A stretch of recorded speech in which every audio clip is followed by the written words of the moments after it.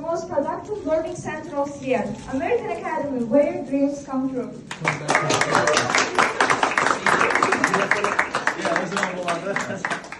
Nechun buni o'zimizga berdik desam menga.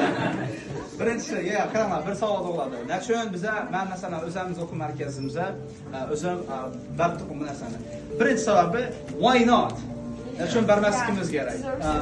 Chunki biza bilasizlar, yosh vaqtimizdan shunday jamiyatda yashaymiz. Biza limitlar bilan yashaymiz. Biza kalamizda to'siqlar bilan yashaymiz.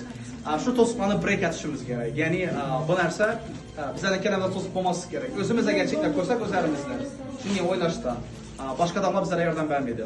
Va ikkinchilardan beda fakt haqiqatdan American Academy Xonqadagi hozir Xorazmdagidanman, Xonqadagi eng katta va eng yaxshi va eng productive, ya'ni o'qitish bo'yicha, o'qituvchilar soni bo'yicha va rezultatlar bo'yicha eng productive o'quv markazi bo'lib turibdi. Buni fakt için bilamiz hammamiz. Shuning uchun ham bu narni o'zimizga berishga qaror etdim va podarkamiz ham bor. Podarka qaysi? O'zim aytganimdek yangi kitob, o'zim o'qib ko'rjakman. Ikigai degan kitob. Juda ham men uchun qiziq bu kitob, chunki men ko'p kitob o'qiganman. Mening yaqinda hayot maqsadi haqida ko'ramiz. Bu kitob meni dunyoqarashimni chetdan o'zgartiradi. G'olib bilan diskussiyamiz buni xudo xohlasa o'qigandan keyin. Kim bilan shunday bo'ladi? Demak, shu bilan menimcha hamma narsa bo'ldi. Endi